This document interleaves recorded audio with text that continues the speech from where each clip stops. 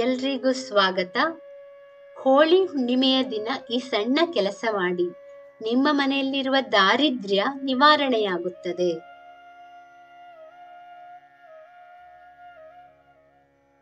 ಹೋಳಿ ಹಬ್ಬದ ದಿನ ಮಾಡುವ ಪೂಜೆಗಳು ಜೀವನದಲ್ಲಿ ಪಾಸಿಟಿವ್ ಫಲಿತಾಂಶಗಳನ್ನು ತರುತ್ತವೆ. ಈ ದಿನದಂದು ಮಾಡುವ ಒಂದು ಪುಟ್ಟ ಕೆಲಸ ನಿಮ್ಮ ಹಣೆ ಬರವನ್ನೇ ಬದಲಿಸಬಹುದು.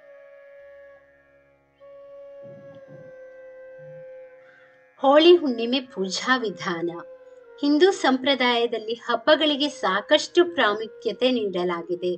ಒಂದೊಂದು ಹಬ್ಬಕ್ಕೂ ಅದರದೇ ಆದ ಮಹತ್ವವಿದೆ.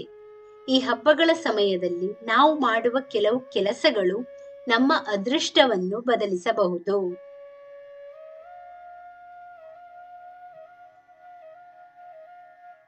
ಒಡೆದ ಕನ್ನಡಕ. ಮನೆಯಲ್ಲಿ ಒಡೆದ ಗಾಜು ಇರುವುದು ಅಶುಭ ಸಂಕೇತ. ಇದು ನೆಗೆಟಿವ್ ಎನರ್ಜಿಯನ್ನು ಆಕರ್ಷಿಸುತ್ತದೆ. ಇದರಿಂದ ಮನೆಯಲ್ಲಿ ಅಶಾಂತಿ ಮೂಡುತ್ತದೆ.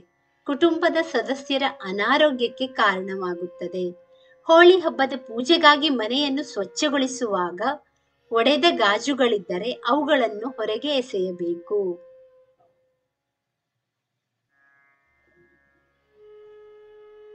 ಬಣ್ಣಗಳು. ಹೋಳಿ ಬಣ್ಣಗಳ ಹಬ್ಬ. ಹೋಳಿ ಹುಣ್ಣಿಮೆಯ ಪೂಜೆಯಲ್ಲಿ ಹಳದಿ ಅಥವಾ ಕಿತ್ತಳೆಯಂತಹ ಗಾಢ ಬಣ್ಣಗಳನ್ನು ಬಳಸುವುದರಿಂದ ಅದೃಷ್ಟ ಹೊಳೆಯುತ್ತದೆ. ಈ ಬಣ್ಣಗಳು ಸಂತೋಷ ಮತ್ತು ಸಮೃದ್ಧಿಯ ಸಂಕೇತ.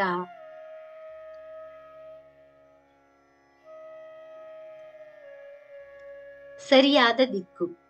ಹೋಳಿ ಹುಣ್ಣಿಮೆಯ ದಿನ ಉತ್ತರ ಅಥವಾ ಪೂರ್ವ ದಿಕ್ಕನ್ನು ಆಯ್ಕೆ ಮಾಡಿಕೊಳ್ಳಬೇಕು.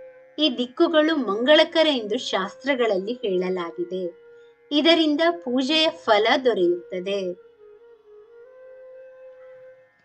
ಪೂಜಾ ಕೊಠಡಿ.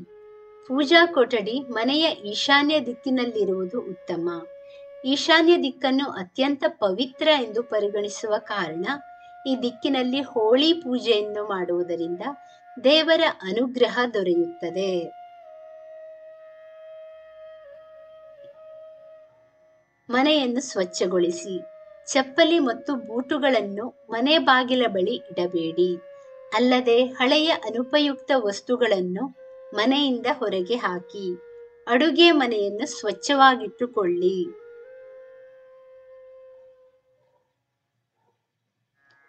ಪೂಜಾ ಕೋಣೆಯ ಅಲಂಕಾರ. ಹೋಳಿ ಹುಣ್ಣಿಮೆ ಪೂಜೆಯ ಅಲಂಕಾರಕ್ಕೆ ನೈಸರ್ಗಿಕ ಹೂವುಗಳು ಮತ್ತು ಎಲೆಗಳಿಗೆ ಆದ್ಯತೆ ನೀಡಿ. ಚೆಂಡು ಹೂವು ಮತ್ತು ಗುಲಾಬಿ ಹೂವಿನಿಂದ ದೇವರ ಮನೆ ಅಲಂಕರಿಸಿದರೆ ಅದರ ಪರಿಮಳದಿಂದ ಶಾಂತಿಯುತ ವಾತಾವರಣ ಸೃಷ್ಟಿಯಾಗುತ್ತದೆ. ಶುದ್ಧ ತುಪ್ಪದಿಂದ ಮಾಡಿದ ಸಿಹಿಯನ್ನು ದೇವರಿಗೆ ನೈವೇದ್ಯ ಮಾಡಿ. ತುಪ್ಪದ ದೀಪ.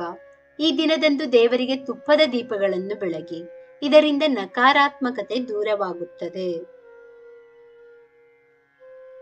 ವೀಕ್ಷಕರೇ, ಈ ಮಾಹಿತಿ ಇಷ್ಟವಾದಲ್ಲಿ ದಯವಿಟ್ಟು ವಿಡಿಯೋವನ್ನು ಲೈಕ್ ಮಾಡಿ, ಚಾನಲ್ ಅನ್ನು ಸಬ್ಸ್ಕ್ರೈಬ್ ಮಾಡಿ. ಕೇಳಿದ್ದಕ್ಕಾಗಿ ಧನ್ಯವಾದಗಳು.